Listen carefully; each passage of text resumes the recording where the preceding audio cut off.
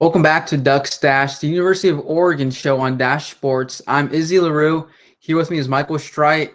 Michael, let's talk about this Ducks football team. So we all know what happened. We suffered a terrible loss against Oregon State. It was such a bad game to watch. But I want to, before we get started into our topics, actually, no, let's just get into it before. I don't want to go on a whole rant. I'll go on a rant later in the show. So, Michael, why is the defense struggling so much against the run against other teams' run games? Oregon's been like averaging, letting teams average 202 rushing yards per game, and they just let one guy get 226 rushing yards against them with 2 touchdowns.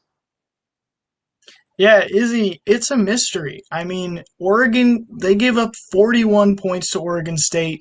This loss is the low point of the Mario Cristobal era at the University of Oregon. And it's kept me up at night wondering what's going on with Oregon's defense and Oregon's run defense specifically. And I'm sure it's keeping Andy Avalos up at night. I mean, I don't think Mario Cristobal or Andy Avalos got much sleep after that game on Friday.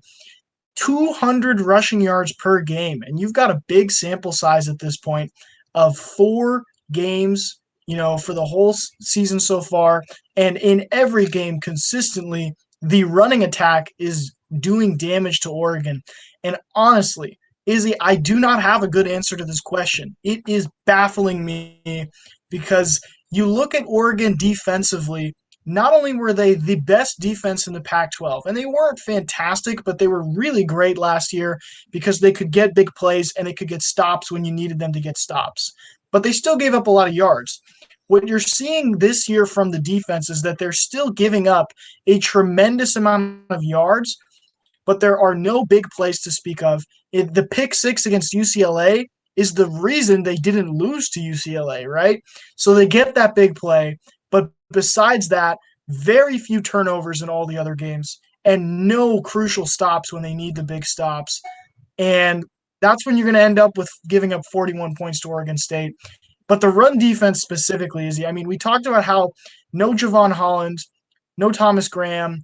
Maybe that's the reason that the defensive backs and the secondary might have a rough year. But there is no excuse for this defensive line that basically returned everyone, and the linebacking core that just lost Troy Dye and returned a bunch of talented linebackers and added Noah Sewell. There's no reason that this defense should be just getting run all over. I mean, it is a physicality issue from top to bottom, Izzy. Yeah, and you're everyone's really baffled because before the season started, head coach Mario Cristobal, he was saying that D line was the bright spot out of basically the whole entire team. Like, he was saying how excited he was to see that defensive line play against, and they just haven't produced at all. I mean, Kayvon Thibodeau, he only has 1 sack on the season, and him and freshman Noah Sewell are the only bright spots on that run defense. Like, literally, like, no one else can really make tackles. Well, Noah's partner, Slade, I think he leads the teams in tackles, but otherwise in those three guys, it seems like no one is getting through the opposing team's offensive line. And when you can't put pressure on someone's O-line, it just makes the game so much easier for them, because that O-line, then they can get to the next level and block those linebackers, and then it goes to the DBs. And once the comes down to the DBs to make those tackles, it's not gonna have a good reaction. You saw how Oregon State, they had that 82-yard rushing touchdown because he was untouched through 3 levels. He went through the D-line untouched, went to the linebackers untouched, and then once you get to the DBs, those guys, their expertise is coverage, not tackling. So if you ask them to tackle the whole game, it's not going to go good, and you saw exactly what happened in the first drive of Oregon State's game. Yeah, Izzy, I was just about to say the same thing, that Verone McKinley, Diamador Lenore, the other defensive backs, they're doing their job. Yes, the pass defense hasn't been excellent either, but they're making plays, they're holding things down, and their job is so much more difficult when when there is 200 rushing yards per game. the pass rush is really struggling and the run defense is really struggling, and the pass defense is actually doing okay given the fact that they're getting so little from the defensive line. And you talk about these linebackers and defensive linemen. Kayvon is had a slow start to the season, but he's getting a lot of double teams. He is really getting pushed around and struggling, and he finally had sort of a breakout game against Oregon State. He had 7 or 8 tackles. He was finally starting to move people around, and Noah Sewell has been a hit. He's been a really great linebacker, and he's always making some nice tackles week in, week out. Outside of that, you've got a defensive line and a linebacker crew full of juniors and seniors. Isaac Slade Matautia, Jordan Scott, especially seniors that expect to go and play in the NFL, you know? And we agree with Mario Cristobal that the defensive line should be, without question, an anchor for this defense. And it's not just that they're underperforming, they are flat out sucking, right? 200 rushing yards per game. They're just completely missing it, and they're getting pushed around. I mean, I Yeah, think and every Oregon to fan say sitting that at home too. could see that they were just losing on a physical standpoint. Yeah, and that's because you mentioned it. Last year, Oregon was one of the best teams defensively in the Pac-12, and you look at their turnover. Like, yeah, sure, in the linebacking core, you lose 1 or 2 guys, but I think really losing Javon Holland, Brady Breeze, Troy Dye, that really hurt them. I know Javon Holland tweeted out during the game that the defense looks like it lacks real leadership. And that's so true. You look at it all around, like there's not one guy who seems like he's getting these guys calmed down, calling out stuff on the field that he sees. It's just they're all like kind of frantic and trying to do their own jobs. They're not working cohesively. And you see it just on the field, and you see some frustration throughout plays too. It's really disheartening to see because it's basically the same guys really on the D line. And I really don't know how you can go from having such a great season last year to not being able to do anything this season. So it just, and then it goes to the offense too. And that brings us to our next topic of why does Oregon not perform well in the first half? Now, throughout their first 3 games, that wasn't a problem because Oregon was a second half team, and no one really had a problem with that since they were winning games. But then once you drop this game to Oregon State, now it's a real problem. They can't play in the first half, and Michael, tell me why they can't. Yeah, Oregon, I mean, they once again were in the lead at halftime. Like they at least um what's funny is that it actually was a comfortable enough lead for Oregon at the half that I know a few people that they're not super Oregon fans, so they just turned the game off at halftime. They're like, okay, Oregon's doing good, they're looking good, whatever, that'll be the game. So I wish personally that I just turned it off at halftime.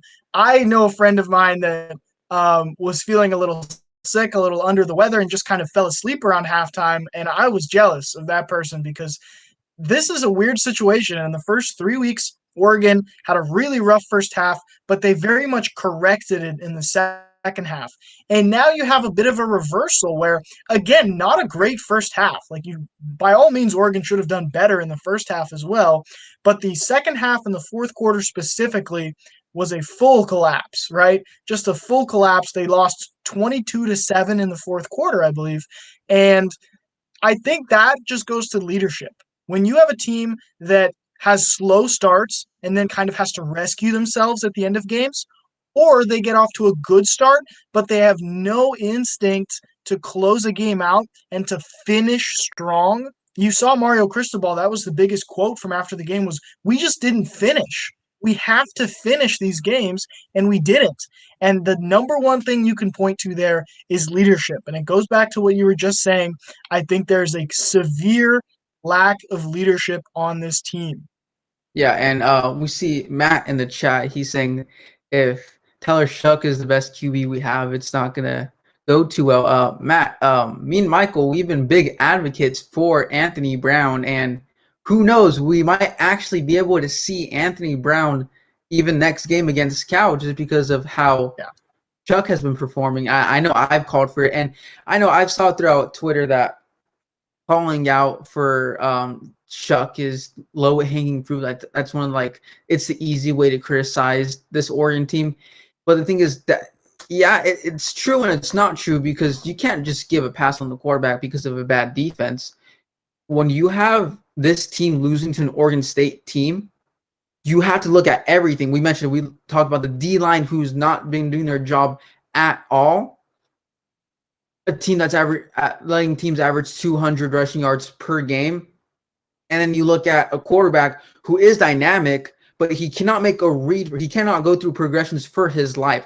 If you can have a quarterback that can go from the first route all the way down to the fourth route in the play, you're not going to win games at all. And you saw that, like, he makes these tight passes throughout the linebackers, and it's easy picks for these teams. And then you saw, like, when he tried to force it down the field to Johnny Johnson and the right, he had that pick that basically sealed the game for Oregon right there. So that's on Shuck right there too. So you look at it from all levels of the fields. It's not good for Oregon. There's a couple bright spots, but there's some real holes that need to be addressed throughout these next two games.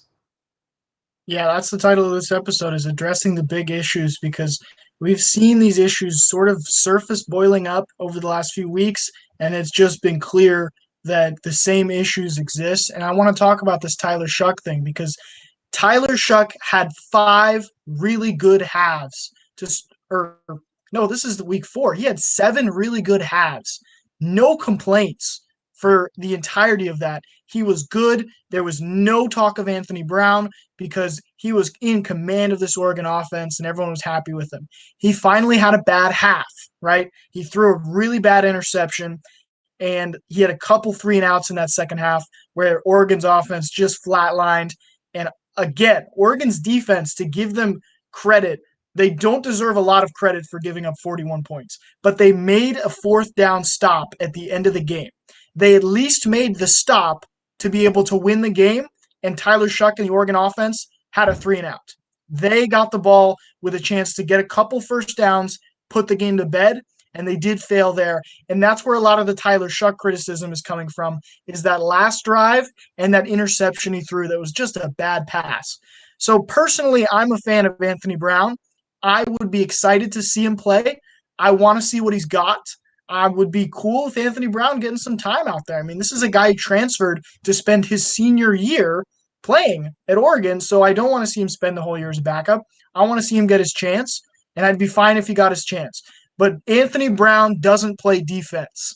Andy Avalos is in full crisis mode right now, and if Oregon can just keep their opponents under 30 points, I think Oregon can win out the rest of the season. They just need to keep their opponents from scoring 41, Izzy. That is the topic and the issue that needs to be addressed, and everything else is just a sidebar to that. Michael, I want to ask you something because we've mentioned how we have a new starting O-line and everything, and you look at the way that the D-line performed last year. Do you think that losing those 5 starters have actually affected the D-line? Because you have to remember, during scrimmages and all of that, and during drills, you're going against the number 1 guys on the other side of the ball. So do you think, because I'm not saying that, because this O-line that's been playing this year, they've done a phenomenal job for first-year starters, all of them. Yeah. But do you think that the D-line has not been able to get that much experience against better guys? Because you look at it, it's obviously a drop-off from the O-line from this year and last year. And that's no knock to the O-line. That's just true, because you had 4 seniors and 1 junior who's about to be a top 5 pick in this year's NFL draft. It's just what it is. Do you think that losing that O-line has affected this D-line? Yeah, that's a great point that you brought up, Izzy, that last year Oregon's defense got incredible practice week in and week out because they had to face one of the best offensive lines in the country every week in practice. So by comparison, everyone else they were facing was easy compared to the fact that they had to face the Penei Sewell and the rest of that O-line in practice. And that is going to be an important component to maybe the defense taking a step back and just the defensive line being less prepared, less together as a unit. I think the that definitely is part of it. I think the biggest issue is leadership. And you look at Justin Herbert, Troy Dye, they were the face of everything Oregon was doing last year. And you saw them always in the post game, always sort of, the Rose Bowl championship, the picture in my mind is of Justin Herbert next to Troy Dye holding that trophy, right? They were the captains. And we talked about how they left, and I think both of them have been replaced as players. In terms of what service they had in the team, Justin Herbert, you can't replace him, but the Tyler Shuck has filled that spot, and the new Joe Moorhead offense hasn't missed a beat. We don't feel like we miss Justin Herbert as Oregon fans too much from an offensive perspective. Obviously, you miss Justin Herbert. Defensively, Noah Sewell has just plugged right in and been an incredible linebacker for Oregon, and you don't feel like Troy Dye is out. You don't feel like you're missing that hole that he left behind either. But what there is a huge, huge hole from a leadership perspective because you're seeing a team that is struggling to close out games or just struggling to start well. And this team has not put together 4 good quarters so far this season. And that's why we're so concerned about the leadership, is because there's just an it factor that is missing. The Rose Bowl team had an it factor that they would win games when they needed to, and they would make huge plays when they needed to, and they always performed in the fourth quarter. Every game, they would figure it out in the fourth quarter, and you're seeing a team that is just looking to get lucky almost at the end of games or looking to survive, but does not have a killer instinct, and that is a leadership issue. Yeah, and Matt's comment about Huskies being left on the schedule, and that means that Oregon has no chance of winning out these next 2 games. That brings us to our next topic, which is how Oregon's going to do against Cal. And Matt, Oregon, they have to win out the season, and I think they are going to win out the season because if you take a look at it, if they do not win out the season, it's going to be such a big drop-off because even if they do win out the season and make it to the Pac-12 championship game, they're not making it back to the Rose Bowl. That ship has sailed. It's sad to say, but it's true. Oregon's not going to go back to the Rose Bowl. It's sad because we had, or at least I had, hopes of a college football playoff appearance, and we're not even going to get into the Rose Bowl game now. So they have to win these next 2 games. And Michael, tell me about this Cal game, what you see. Yeah. First of all, this is the worst I told you so possible, but I do want to point out that you were a little bit more optimistic about Oregon going undefeated, and I didn't know where they would lose, but I just said it's so hard to go 7-0. They're going to lose somewhere in here. Unfortunately, they did, and now the new Oregon best team. I'd rather lose to any other team than absolutely. No, without a doubt, Oregon, this is the one game every year that Oregon fans would not lose. They would choose to lose any other game, and it is a disaster from the Oregon fan base perspective. The number one most difficult thing for Oregon fans this year is that Oregon fans collectively have to go an entire year making no Oregon State jokes whatsoever. You cannot roast them. No little brother stuff. Doesn't matter if they win in basketball. Doesn't matter what other sports you win.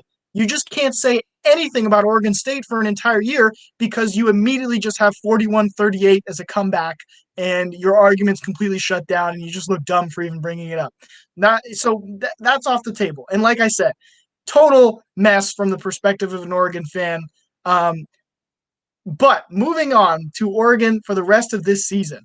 The good news is they have 2 games to play against Cal and Washington, and if they win both, they're in the Pac-12 championship game. They may host the Pac-12 championship game. It may have to be in USC or potentially Colorado even in the South, but they may have to travel somewhere, or it may still end up being in Eugene. We'll see. The tiebreaker stuff gets kind of complicated if you have 2 one-loss teams against each other, but Oregon, their priority is to beat Cal and beat Washington. Now, Cal, Izzy, I'm going to let you bounce this around, but I think Cal is the second worst team in the Pac-12 right now. Arizona, I would put at the bottom, and Cal belongs at the second worst. I think they have just been they really have not looked good this year, and that doesn't mean they can't take a step forward next week. But it's been a rough season for Cal so far. They are 0-3, and I believe Oregon has a great opportunity to bounce back and win this game by big margins. This is what Oregon needs to do. I think they're good enough to beat Cal regardless.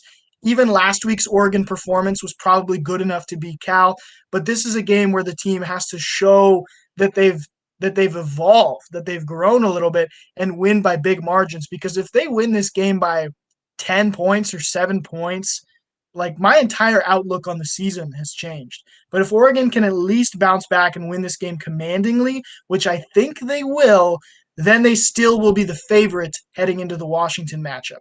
Now, the Washington matchup we can talk about next week, but that is really interesting to try and get a feel from people in the Pac 12 who is actually the favorite now to win this game, because Oregon's still probably going to be the higher rank. But a lot of people are thinking that Washington's just a better team now, that Washington is the best team in the conference now, after what they did and the fact that they're undefeated. A lot of questions I just threw at you, Izzy, but let's just dive into this Cal game. Yeah, this Cal game.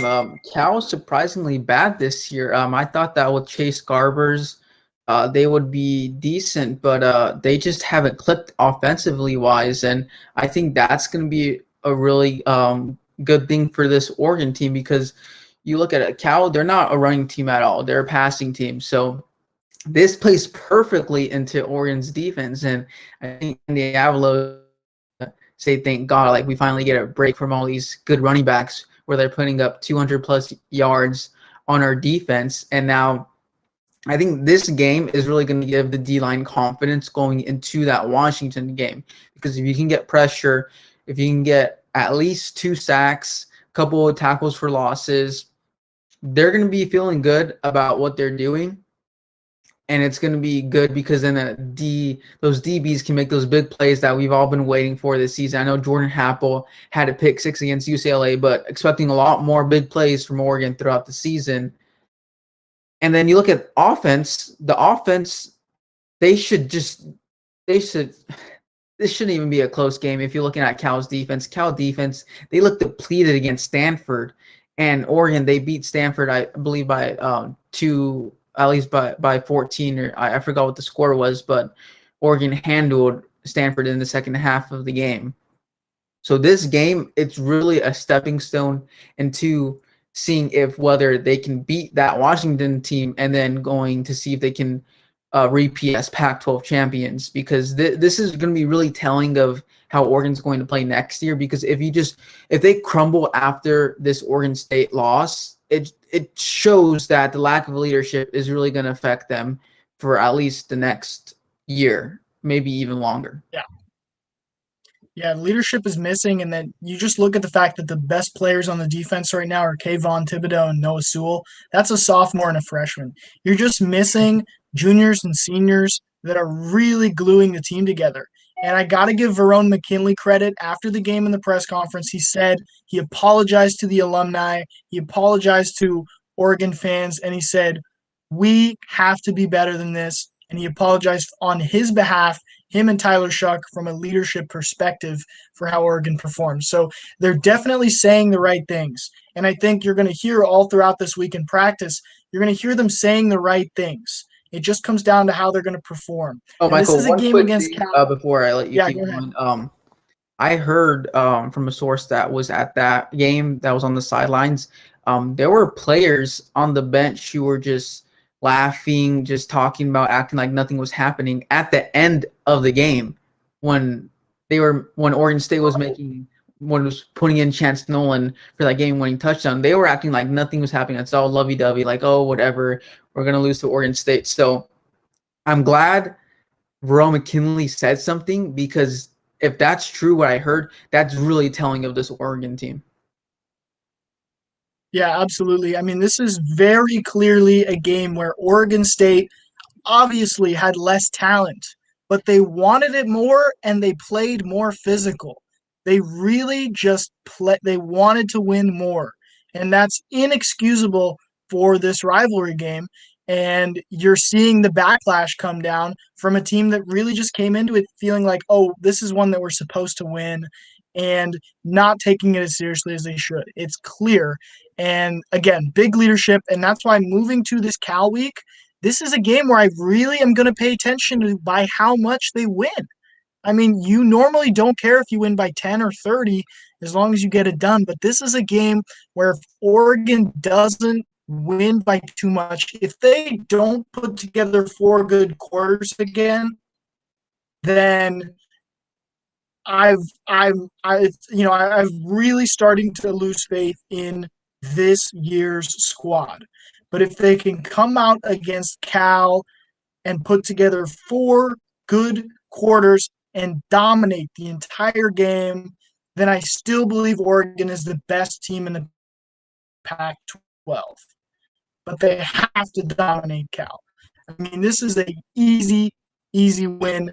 And you can't let this turn into a UCLA situation where Yeah, and we'll wrap it you're up really right just there. escaping Thank you, at the Michael, end. for wrapping it up.